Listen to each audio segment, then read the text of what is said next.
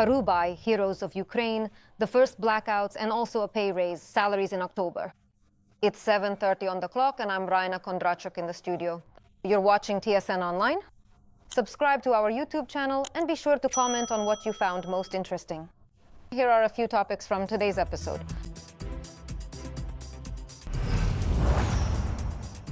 There are dead and wounded after yet another attack. Dnipro is recovering. You can see the price of the shelling. Our neighbors can see it, you can see it from the street. I was at work, the cat was at home. Where were the Russians aiming? The enemy is attacking the Robotyne salient. And they use aviation every day. You can even have a little bit of happiness with her. What about the front line in Zaporizhzhia? Jalovo in Odessa. I remember a lot of things, whether it was because there were no people there or because there were 9 people there. The high water claimed 9 lives. How does the city recover after a natural disaster? 6 people were injured in Kharkiv, and it's simply a miracle that there were no fatalities. The city endured yet another act of terror the day before. At first, the Russians used drones, and later aviation struck and ballistic missiles hit. In the private sector, a Russian missile destroyed half the street, and one of the houses was literally leveled to the ground. Our Yulia Boiko has more details on all of this. Kharkiv has endured yet another combined attack. There is information that more people have been affected. Since the evening, the Russians terrorized the city with shaheds, and by around 2 in the morning, missiles and ballistic weapons were flying at the city. In the private sector, a Russian missile destroyed half the street, and one of the houses was literally leveled to the ground. More than a dozen others were damaged. Neighbors say that at the moment of the explosion, there was no one in the house, so there were no casualties. At 1:30, I was drinking coffee, and then it went off with a bang. I almost hit the floor. It was scary. It has never exploded like that here before. It was frightening. There was a loud bang and a flash. My window was taped up, but shards flew everywhere. Then I saw the TV had fallen, and another window was wide open. Then I looked and saw the house was on fire. We had been sleeping for 2 hours. We were asleep. It was 2 in the morning. The impact was terrifying. It was literally 30 meters from us. God saved us. Now we have no windows, the door is jammed, and the roof is damaged. At the same time, in the Saltivsky district, the strikes caused a fire in a garage cooperative. At the Barabashovo market, the fire has already spread to about 3,000 square meters. In Poruanin, there is an 80-year-old woman, as well as a 20-year-old police officer and 4 civilian men. Their condition ranges from mild to moderate severity. A lot of people were left with literally nothing because everything burned down.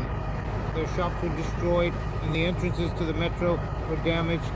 A significant number of automobiles were completely smashed, and the entire garage facility where these vehicles were meticulously kept was also extensively damaged as a result of the incident.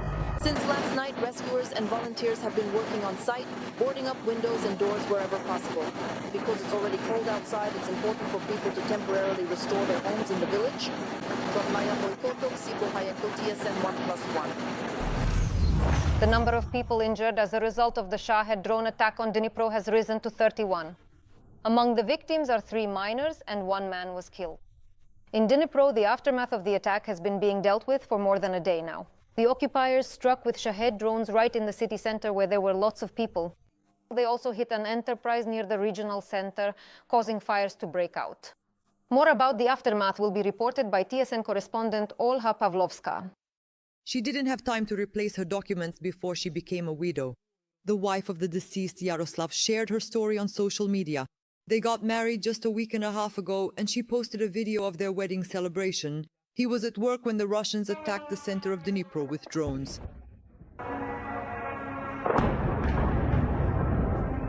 They specifically targeted densely populated and highly frequented crowded public places, and consequently, extremely powerful and rapidly spreading fires broke out, causing widespread devastation and chaos. In total, more than 30 people were injured. Among other things, it is important to note Them were pedestrians who were simply going about their business.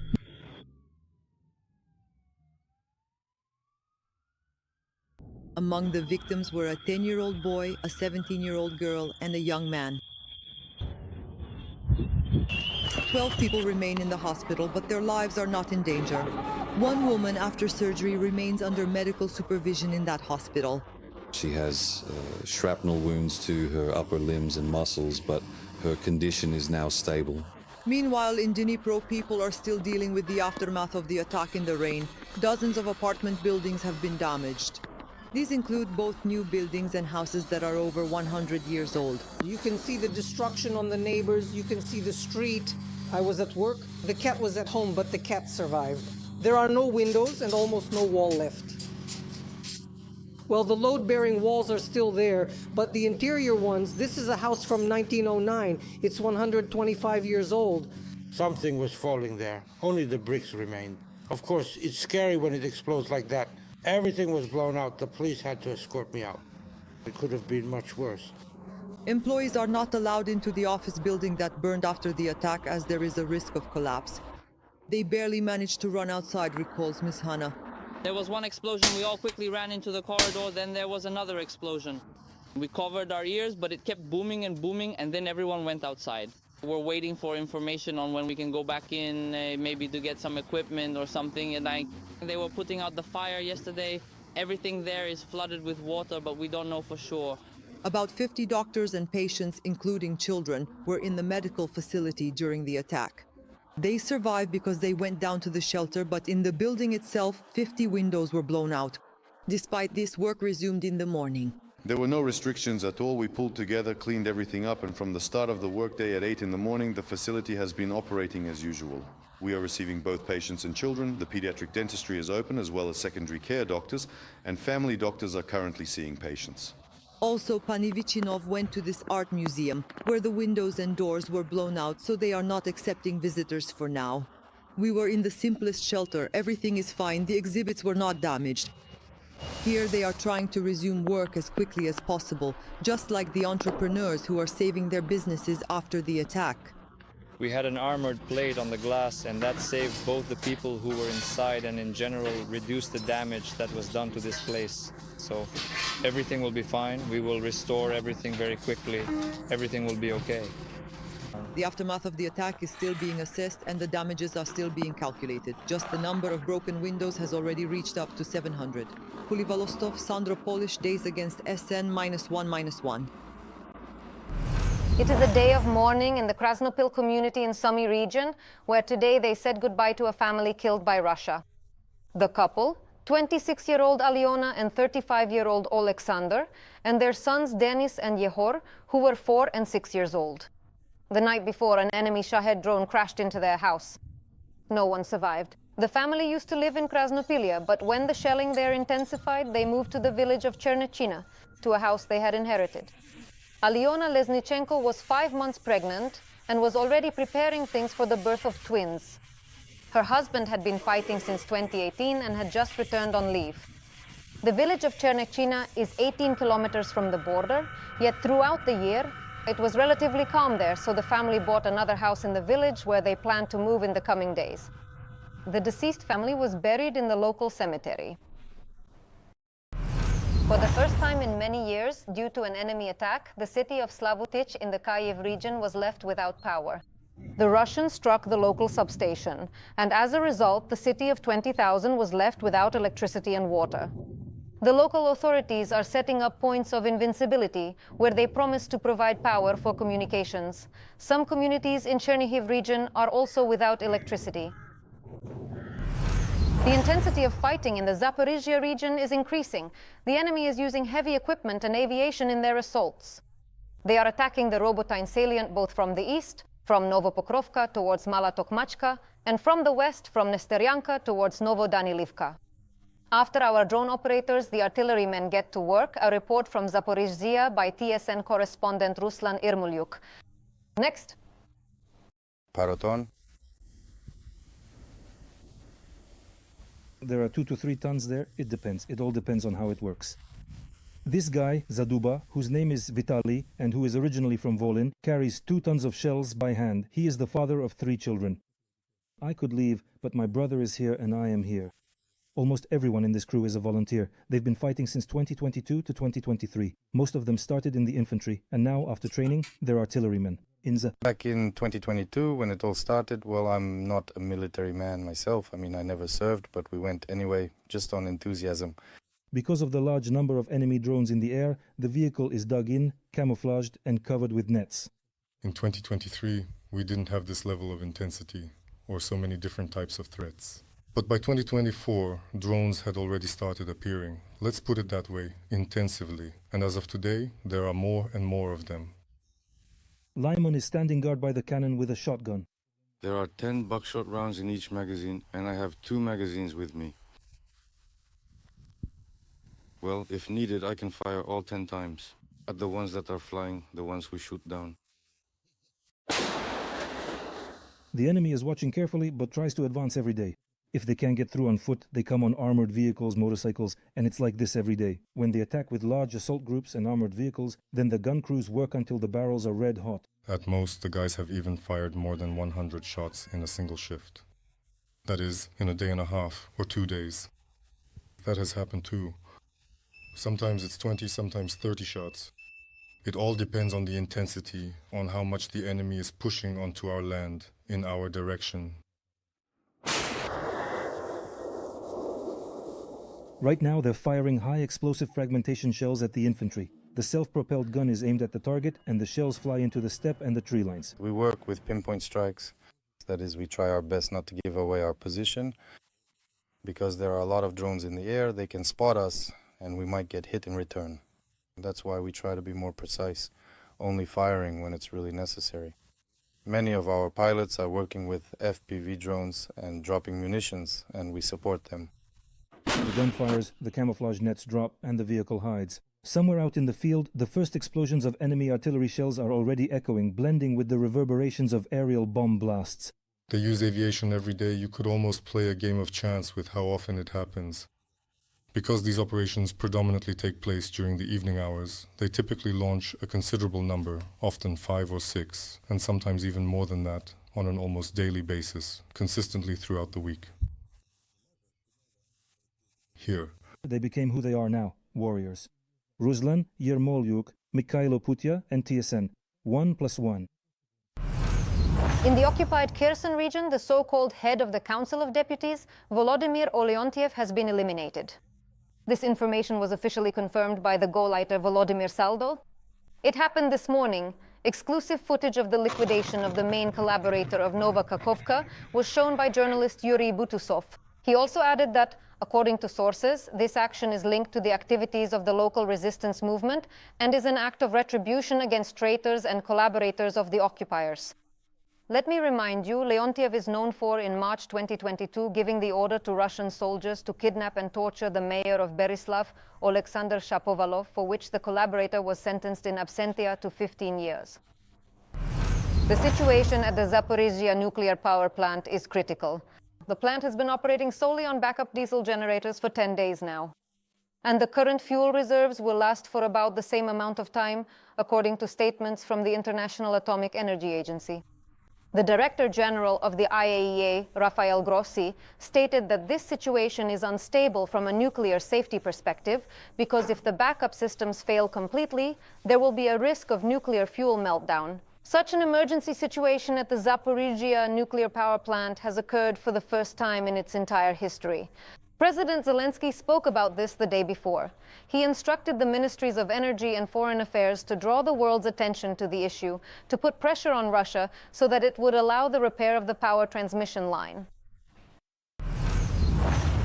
The Security Service of Ukraine has notified in absentia a Russian general who commanded the blowing up of the Kakhovka Hydroelectric Power Plant that he is under suspicion. This concerns Major General Volodymyr Omelyanovich, the Chief of Staff and First Deputy Commander of the Dnipro grouping of the Russian Armed Forces. According to the investigation, it was he who, on the night of June 6, 2023, coordinated the actions of his subordinates in the destruction of the dam of the Kakhovka Hydroelectric Power Plant. The scale of this crime is staggering. 35 civilians were killed. Another 24 went missing. 46 settlements were flooded. Almost 1,500 hectares of agricultural land in the Kherson region were affected. Several regions experienced problems with water supply. There is also a threat to the technical maintenance of the Zaporizhzhia Nuclear Power Plant. EU leaders are discussing the use of Russian assets to further finance Ukraine, as well as strengthening their own defense capabilities. The plan is to be prepared for a possible military conflict by 2030. But how can this goal be achieved, and what are the most vulnerable points? This is currently being discussed in Denmark, where drones recently paralyzed the operation of 6 airports. How did this affect the agenda of Danish leaders, and what are they planning to agree on? Radio Liberty EU correspondent Zariana Stepanenko will tell us more. The story of drones that regularly disturb European skies is reflected both in the summit's agenda and in the conditions under which Denmark's Prime Minister is hosting EU leaders. They are being guarded by a German frigate off the coast of Copenhagen, which controls the airspace, and the meeting venue is surrounded by air defense systems. For the duration of the summit, they even banned the use of civilian drones, since just last week these devices paralyzed the operations of 6 airports, and it is suspected that Russia is behind this. The defense of Europe amid rising threats is one of the 2 major topics up for discussion. The second is Ukraine, so both topics are inextricably linked. The plan is to rearm by 2030 in order to be able to defend ourselves. The European Commission has proposed several new flagship projects, including a drone wall, saying this is feasible and can be built quickly. Today, all these projects are mandatory. When I look at Europe today, I think we are in the most complex and dangerous situation since the end of World War II, even more so than during the Cold War. Of course, I want us to rearm. We had more opportunities. We implemented more innovations. When it comes to innovation, Ukraine's experience is considered indispensable. Its attack and its production capabilities are planned to be utilized. Today, Ukraine received 4 billion euros, a new tranche of credit, which is being repaid thanks to the profits from frozen Russian assets. It is expected that 2 billion out of the 4 will be spent on drone production, said the head of the European Commission. They are also discussing the use of the assets themselves. There is a proposal to give Ukraine a reparations loan in the amount of 140 billion euros. The assets would serve as collateral, and Ukraine would only have to repay the loan if it receives compensation from Russia. It's a sensitive issue, says the president of the European Commission. Countries have their doubts, but their attitude is generally positive. We also hear this from diplomats who, speaking anonymously, share details about the discussions at the summit. There is a growing consensus among us that not only European taxpayers should bear the cost of supporting Ukraine, but that Russia must also be held accountable. Russia is to blame. I think now we have a reliable legal way to do this through the proposal on reparations. Another sensitive issue that leaders will discuss is Ukraine's future membership in the EU. The negotiation process is being blocked by Hungary. Further progress is currently impossible. But the President of the European Council has proposed to review the procedure. To open negotiation chapters by a majority vote, not unanimously, unanimity would only be required to close them.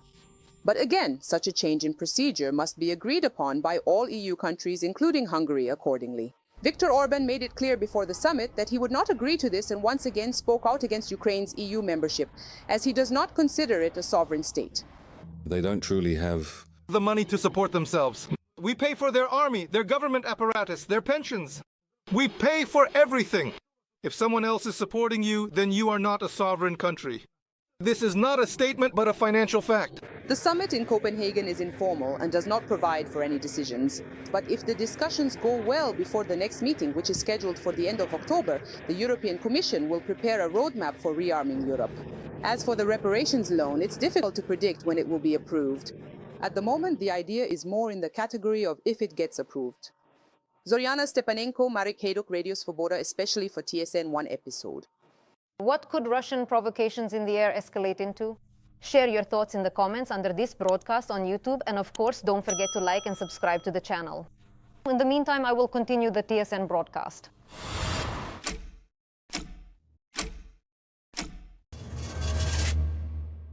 In Poland, a Ukrainian has been taken into custody in connection with the Nord Stream sabotage case. This was reported by Polish radio. The decision to arrest him for 7 days was made by the Warsaw District Court. Ukrainian citizen Volodymyr Zay is suspected by German authorities of being involved in the sabotage of the Nord Stream gas pipelines in 2022. He worked as a diving instructor and may have participated in planting the explosives. Throughout the week, the prosecutor's office is awaiting the relevant documentation translated into Polish. This is already the second Ukrainian who has been detained in this case. In August, Italian authorities detained Serhiy Kuznetsov, 49 years old, under a European arrest warrant. The German prosecutor's office considers him the coordinator of the sabotage. The man was arrested in the province of Rimini, where he had come on vacation with his family. After the court's decision, he will be deported to Germany. The suspect himself denies any involvement in the explosions and claims that at the time of the sabotage, he was in Ukraine. He was beaten and had his head shaved. In Poland, a group of teenagers brutally abused a Ukrainian. According to reports, the incident occurred in the city of Wrocław, as stated by the Polish police. Local boys created a fake account on social media, pretending to be a 16-year-old girl, and lured the 23-year-old Ukrainian to what was supposed to be a date with her. When he arrived, they beat him, shaved his head, and drew Nazi symbols on his face. The teenagers filmed all their actions. Polish law enforcement stated that such actions are a crime and will be prosecuted to the full extent of the law, as this involves assault as well as disturbing ideological motives. Today, 48 Ukrainian citizens and another 9 of their Palestinian relatives were evacuated from the Gaza Strip. The special operation was carried out by the main intelligence directorate and the Ministry of Foreign Affairs. The details and course of the operation are not being disclosed, but they say that such evacuation missions are usually covert and risky. It took several days to evacuate these 60 people from camps near the ongoing fighting.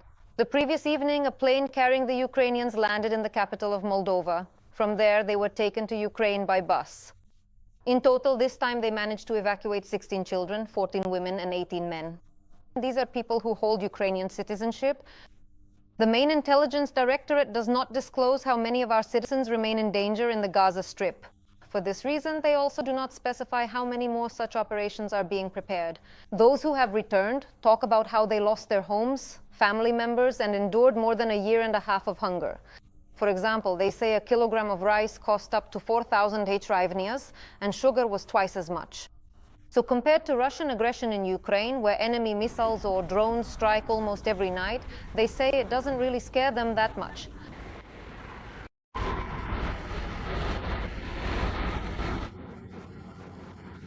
For 6 months there was hunger, there was no sugar at all, and flour was very expensive.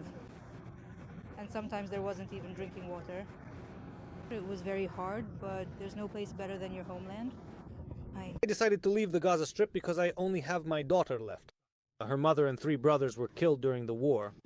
There is also war here, but it's a quieter war than over there. In general, such evacuation operations are very complicated. It may seem like you can just come, load people onto a bus and take them out. In reality, it doesn't work that way. At every stage, it's painstaking work and every detail matters. The European Investment Bank is allocating 300 million euros to Ukraine for gas purchases. The loan agreement was signed today in Kyiv. European financial support will help our country successfully get through the upcoming heating season. Naftogaz reminded that 42% of gas production facilities have been destroyed by Russia, which is why Ukraine is heavily dependent on imported gas. 95% of the required fuel has already been injected into underground gas storage facilities. The current loan is set for 20 years and will allow not only the import of 600 million cubic meters of gas, but also investment in future projects, assures Naftogaz head Serhiy Koratsky.